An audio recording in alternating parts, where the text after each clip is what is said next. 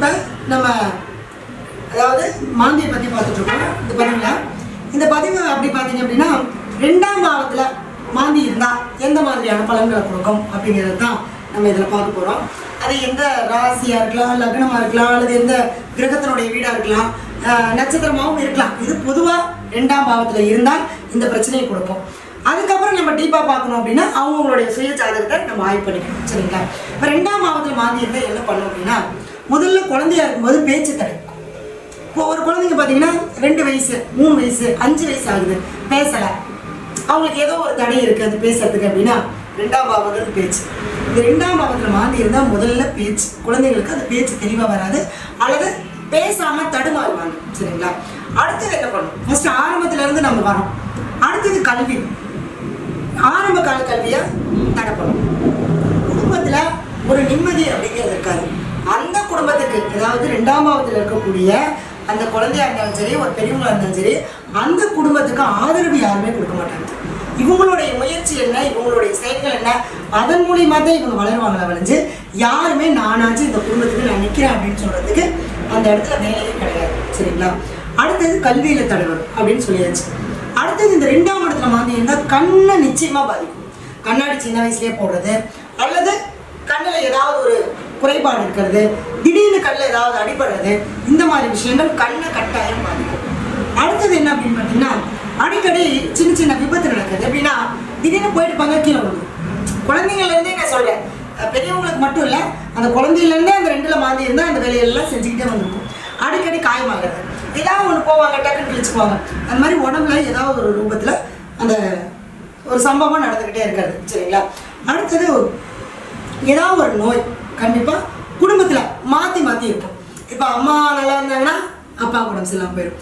அப்பா சரி நல்லா இருக்கார் இருந்துச்சார் அப்படின்னா இந்த ஜாதகருக்கு உடம்பு சரியில்லாமல் போயிடும். சரி இவர் படுத்து இருந்துச்சார் அப்படின்னா அக்கா தங்கச்சி. இந்த மாதிரி அந்த குடும்பத்தில் யாரோ ஒருத்தர் அந்த நோய் அப்படிங்கிற ஒரு விஷயத்த தொடர்ந்து மாற்றி மாற்றி மாற்றி மாற்றி இவங்களுக்கு வந்துக்கிட்டே இருக்கும். சரிங்களா? அதே மாதிரி இவங்க யாருக்கிட்ட என்ன நல்லதே பேசினாலும் கூட கெட்டது தான் வரும். இவங்க நல்ல விதமாக தான் பேசுவாங்க, இவங்க நல்ல விதமாக தான் ஒரு ஆலோசனை சொல்லுவாங்க. ஆனால் அவங்க என்ன சொல்லுவாங்க, இவங்க இப்படி பேசுகிறாங்க இப்படி சொல்கிறாங்க அப்படின்னு சொல்லிட்டு ஒரு கெட்ட பேரை வாங்கி கொடுக்கறதுக்கான ஒரு வாய்ப்பு இருக்குது. சரிங்களா? அடுத்தது இந்த 2ஆம் இடத்துல மாந்தி இருந்தாலுமே குடும்பத்தோடு ஒத்து போக மாட்டாங்க. ஒரு இணக்கமாக அந்த குடும்பத்தோடு ஒரு நெருங்கி இணக்கமாக இருக்கிறதுக்கு முதல்ல விடாது. ஒன்றா ஹாஸ்டலில் கொண்டு விட்டுருவாங்க. குழந்தைய வந்து படிக்கிற வயசில் படிக்க மாட்டேங்கிறான், கொண்டு ஹாஸ்டலில் விட்டுலான்னு விட்டுருவாங்க. அடுத்தது ஹாஸ்டலில் விட்டுருவாங்க, காலேஜ் ஹாஸ்டலில் வேலைக்கு போனால் வெளியில் கல்யாணம் ஆகி அப்படியே அந்த குழந்தை போயிடும். அப்போ அந்த குடும்பத்தோடு அந்த ஜாதகருக்கு ஒட்டி வாழ முடியாத ஒரு சூழ்நிலையை கொடுக்கும். சரிங்களா? அதே மாதிரி ஒரு இடத்துல நிலைய இருக்க முடியாது, மாறிக்கிட்டே இருப்பாங்க. நாடோடி மாதிரின்னு சொல்லலாம் இல்லையா? அந்த நாடோடி வாழ்க்கையை கொடுக்கும் இந்த 2ஆம் பாவத்தில் மாந்தி இருந்தால். அடுத்தது பார்த்தீங்க அப்படின்னா எண்ணங்கள் அப்படிங்கிறத விட இவருடைய யாருக்கு இவருக்கு வாக்கு கொடுத்தா கண்டிப்பாக காப்பாற்ற முடியும். நானாச்சு அப்படின்னு சொல்லி யாருக்காவது பணம் வாங்கி கொடுத்தாருன்னா அந்த பணத்தை அவங்க கட்ட மாட்டாங்க, இவர் தான் கட்டணும்.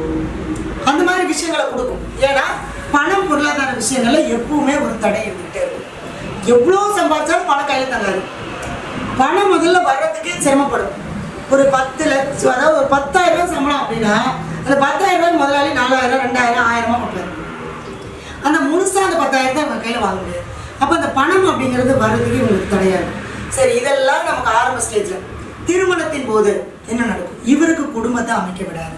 எல்லாரும் சொல்லுவாங்க 7ஆம் இடத்துல இருந்தால் தான் பாதிப்பு. கிடையவே கிடையாது.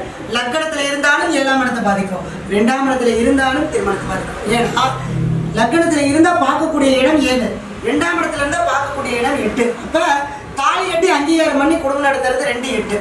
அப்போ இந்த 2 குடும்பத்தை அமைக்க விடாது. ஒரு தாலியை கட்ட விடாது, தாலியை வாங்க முடியாது. அதாவது பெண்களாக இருந்தால் அந்த மாதிரி ஒரு பிரச்சனையை கொடுத்துக்கிட்டே இருக்கும் இந்த 2ஆம் பாவத்தில் மாந்தி இருந்தால். அப்போ குடும்பத்தில் ஒரு நிம்மதி இருக்குது. சரி கல்யாணம் ஆயிடுச்சுங்க, குடும்பத்தில் சண்டை சச்சரவு, ஒரு நிம்மதிங்கிறதே இருக்காது.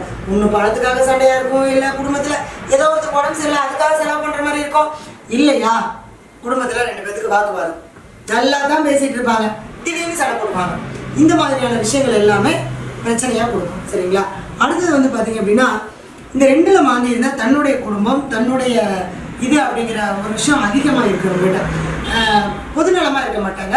கொஞ்சம் அந்த ஆசைகள் அதிகமாக இருக்கும். அதனாலேயே இவங்க வந்து ரொம்ப சிரமத்துக்கு ஆளாயிடுவாங்க. சரிங்களா? இந்த 2ஆம் இடத்துல மாந்தி இருந்தது அப்படின்னா இவங்களுடைய குடும்பத்தில் யாரோ ஒருத்தருடைய கர்மா தான் இவங்களுக்கு வந்து அது மாந்தி.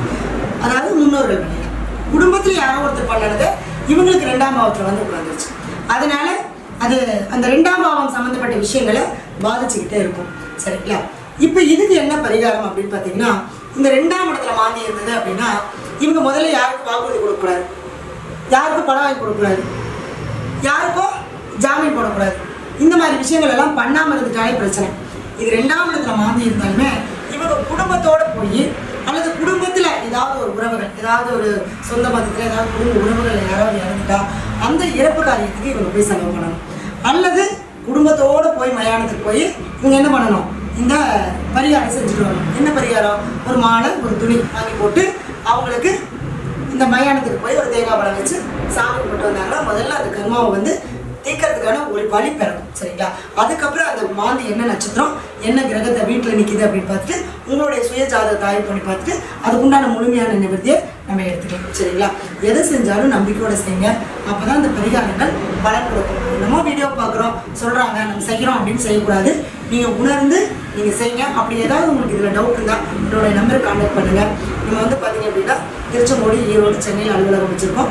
ஆன்லைன்லேயே வகுப்பு, ஆன்லைன்லேயே ஜோதிட கிளாஸ் ப்ளஸ் ஆன்லைன்லேயே ஜாதகம் பார்த்து கொடுத்துட்ருக்கோம். நிறைய பேர்த்துக்கு நிறைய பிரச்சனைகளுக்கு உண்டான சொல்யூஷனும் நம்ம கொடுக்குறோம். உங்களுக்கு தேவைப்பட்டால் நீங்கள் இந்த நம்பருக்கு கால் பண்ணுங்கள். நம்பிக்கையோடு செய்யுங்க, நல்லதே நடக்கும். நன்றி. வாழ்க வளமுடன்.